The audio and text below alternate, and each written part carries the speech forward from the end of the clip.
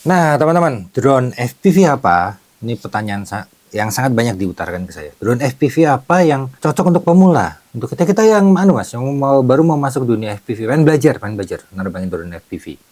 Saya bilang waktu dulu itu Avata. Karena Avata itu dia kalau low signal bisa pulang sendiri, kalau remote ditaruh dia diem, ada angin juga diem gitu ya. Sangat-sangat untuk pemula Avata itu.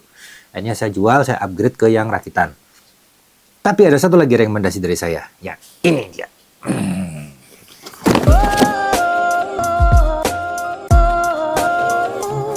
Dulu sebelum ada Aquila, ini Aquila, ada Beta FPV Cetus series, ada Cetus Lite, Cetus Pro, Cetus X. Cetus Pro ini sempat populer karena dia memang untuk pemula. Terus ada altitude hold-nya, ada segala macam, dan dia bisa 3 mode, bisa mode standar, sport, dan manual. Manual itu maksudnya acro ya. Dia sudah lengkap, sudah ada wow ya, lengkap. Udah ada drone-nya, baterai dapat 2, ada goggle-nya, ada remote-nya. Tapi kemudian Beta FPV ngeluarin lagi drone yang harganya sama, nggak beda jauh, itu ini Aquila 16 FPV Kit. Terus apa bedanya? Dulu saya sempat merasa ini adalah drone yang cocok untuk pemula yang ingin belajar nerbangin FPV karena sudah lengkap satu set. Ini juga ternyata udah lengkap satu set. Dan ini banyak sekali keunggulannya dibandingkan dengan ini ya, karena edisi lama, edisi baru ini keluaran 2023 akhir nggak salah. Ini udah lama banget ini dikeluarinnya, entah kapan ya. Tapi ini kita unbox saja dulu yuk. Kalian kalau beli juga dapat tas juga sama kayak Beta FPV Cetus. Nih dalamnya dapatnya lengkap juga teman-teman. 2 baterai, 1 drone, 1 goggle-nya, dan 1 remote-nya. Nah, sekarang kenapa kok saya lebih menganjurkan kalian beli yang Aquila untuk mulai belajar drone FPV? Agak panjang ceritanya. Saya mulai dari mana nih? Jadi kalian kalau beli ini satu set itu dapatnya ini semua nih. Goggle-nya modelnya ada antenanya begini. Terus dapat remote controllernya. Ini sangat-sangat beda dengan yang Beta FPV itu. Ini baterainya dapat 2. Ini kabel chargernya. Ini bukan baterai, ini charger dan kabel charger. Baterainya ini 2. Baterainya ukurannya 1S saja, 1100 mAh. Nah ini terbangnya sebentar aja sih, nggak bisa lama-lama. Paling 4 menit, 3 menit, 4 menit sudah selesai. Makanya dibawain 2 baterai. Terus kalian dapat juga kabel ini untuk ngecasnya. Ini chargernya kayak gini tuh. Mirip kan kayak Cetus, cuman baterai ini nggak bisa langsung kalian pasang di sini kayak Cetus. Ini harus pakai perantara kabel. Ini dapat kabelnya dapat 2. Tuh, dapat 2 kabelnya, dapat baling-baling cadangan, dapat obeng kalau mau buka-buka apa gitu di sini. Dan dapat kabel data ini untuk kalian setting pakai Beta FPV konfigurator. Yang ini buat ngelepas baling-baling ya. Jadi kalau mengecek baterai, ini ada satu yang tulisannya tes. Nah, di sini tancepin di sini, kemudian baterainya ditancapin di sini. Kalian akan mendapatkan nilai tegangannya 4 volt. Oke, ini masih penuh lah 4 volt. Satunya lagi 4 juga 4,05. Oke, dua-duanya full. Memang habis saya cas ini. Karena kan untuk kebutuhan review ini udah pernah saya coba semua teman-teman. Udah pernah saya coba, saya terbangkan. Oke banget sih, oke banget. Nah, untuk remote-nya mirip juga sama Beta FPV Cetus. Ya, mirip kan? Mirip, hampir sama. Bahkan beratnya pun sama. Ukurannya sama, segini juga gedenya. Tapi ada bedanya. Yang kenapa saya rekomendasikan Aquila. Ini adalah Beta FPV Cetus Pro, Cetus Lite juga sama. FR Sky version, yang artinya dia menggunakan protokol FR Sky. Yang ini ELRS teman-teman, ELRS. Jadi dengan menggunakan drone Aquila, saya bisa ganti-ganti remote dengan mudah karena banyak sekali di pasaran yang jual remote control ELRS. Sangat jarang yang menjual remote control FR Sky version yang ya untuk supaya bisa ganti remote. Kenapa harus ganti remote?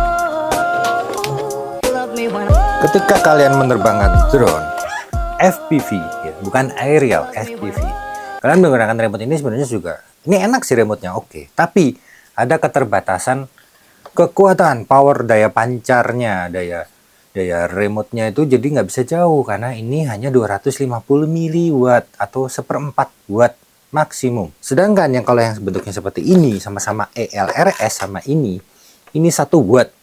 Ya, artinya bisa jauh 4 kali lipatnya ini kekuatan sinyalnya pakai remote ini. Jadi itulah kenapa drone FPV yang ELRS atau TBS ya, yang dua ini kan yang paling populer, itu sangat fleksibel, remote-nya menyenangkan, bisa ganti-ganti remote, dan pegangan kendalinya pun biasanya mengikuti selera. Kalau kalian tidak terbiasa dengan model seperti ini, kalian bisa ganti model seperti ini, kotak. Jadi kalau sudah jelas mengenai remote-nya aja, itulah kenapa saya rekomendasikan menggunakan Aquila, Beta FPV Aquila.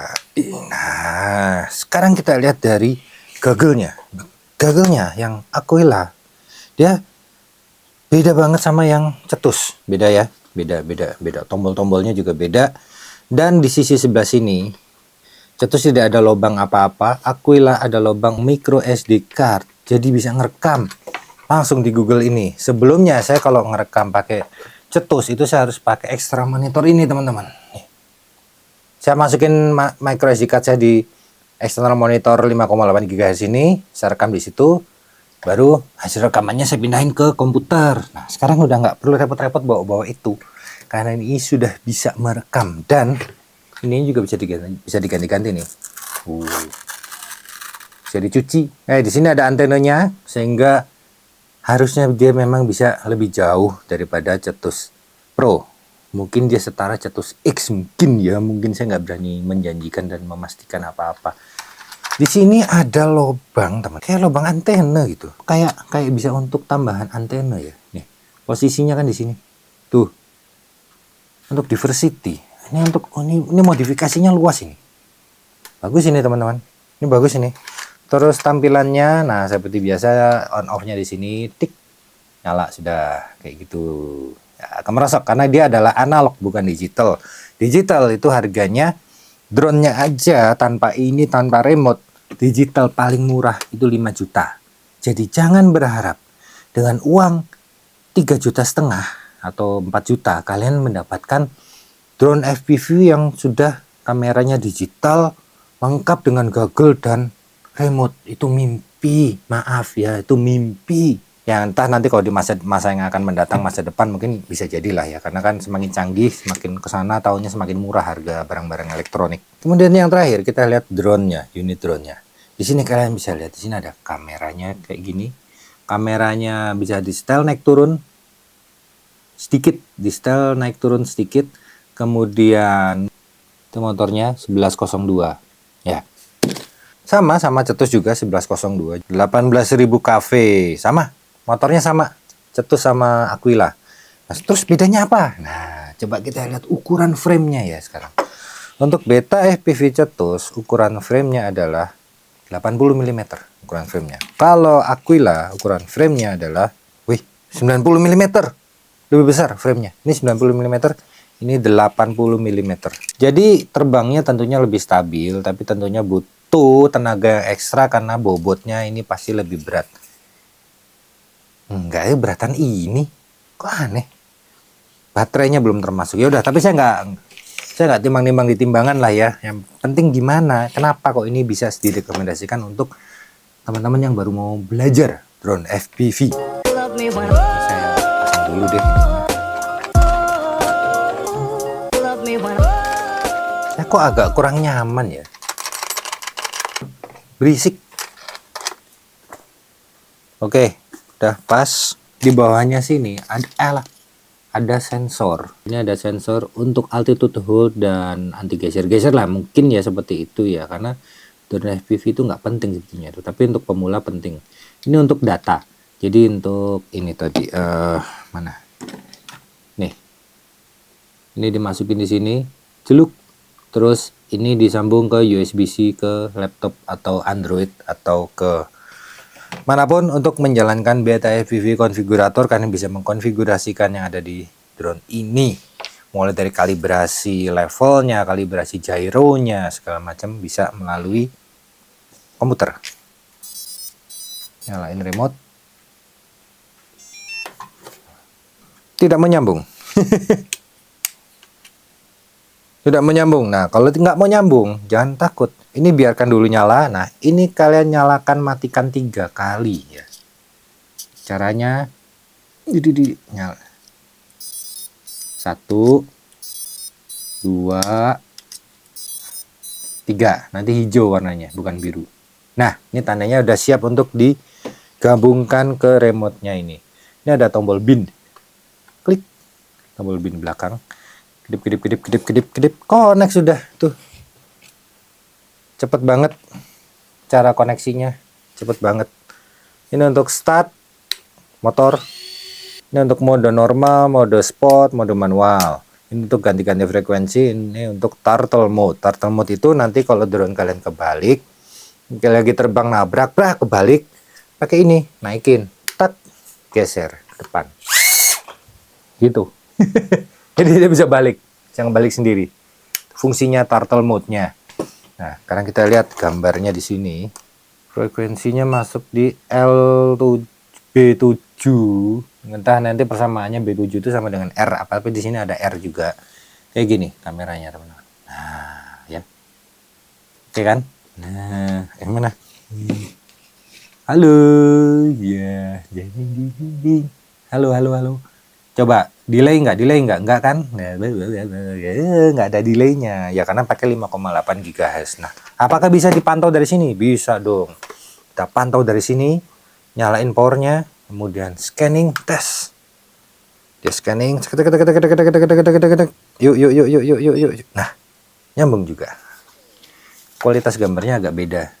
Ini yang cetus, gagalnya cetus. Ini gagalnya Aquila. Gagalnya cetus, gagalnya Aquila. Nah, beda. Jadi kayaknya memang Aquila ini lebih bagus gambarnya. Sekarang saya coba terbangkan. Nanti saya terbangin di luar ya. Sekarang di sini dulu. Kalian lihat bagaimana stabilnya dan segala macam. Kita coba pakai normal mode. Jadi sensor ini akan bekerja pada normal mode, bukan sport, bukan manual. Normal mode.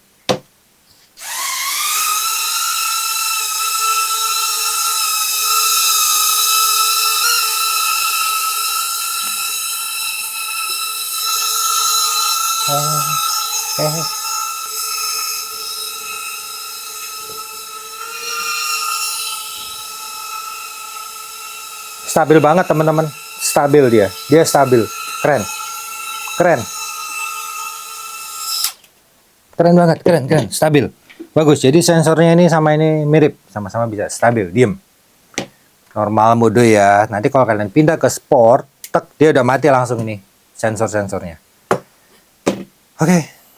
Untuk hasil gambarnya, saya harus masukin micro SD card saya. Nggak tahu deh harus diformat dulu apa enggak. Saya coba aja, saya masukin. Kita masuk. Terus coba saya rekam. Tidit. Nah, ini harusnya sudah ngerekam. Yuk, coba.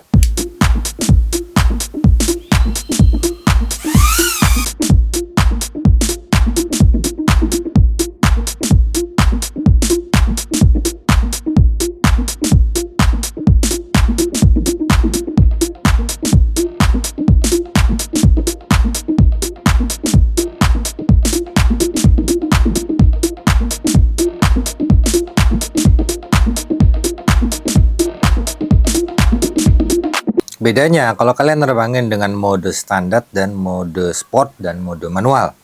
Mode standar itu tenaganya baru muncul setelah throttle-nya separuh ke atas baru dia mau terbang nih. Contoh nih, saya nyalain ya. Nah, ini semua harus ke bawah ya. Terus ini juga harus ke bawah, baru nih di arming. Tak, muter. Nah, ini mode standar. Coba lihat kapan dia mulai take off. Segini belum, segini juga belum, udah setengah nih, udah melebih. Nah, itu baru gitu teman-teman. Nah, kalau mode sport, itu diangkat dikit ya udah langsung terbang. Nih contoh.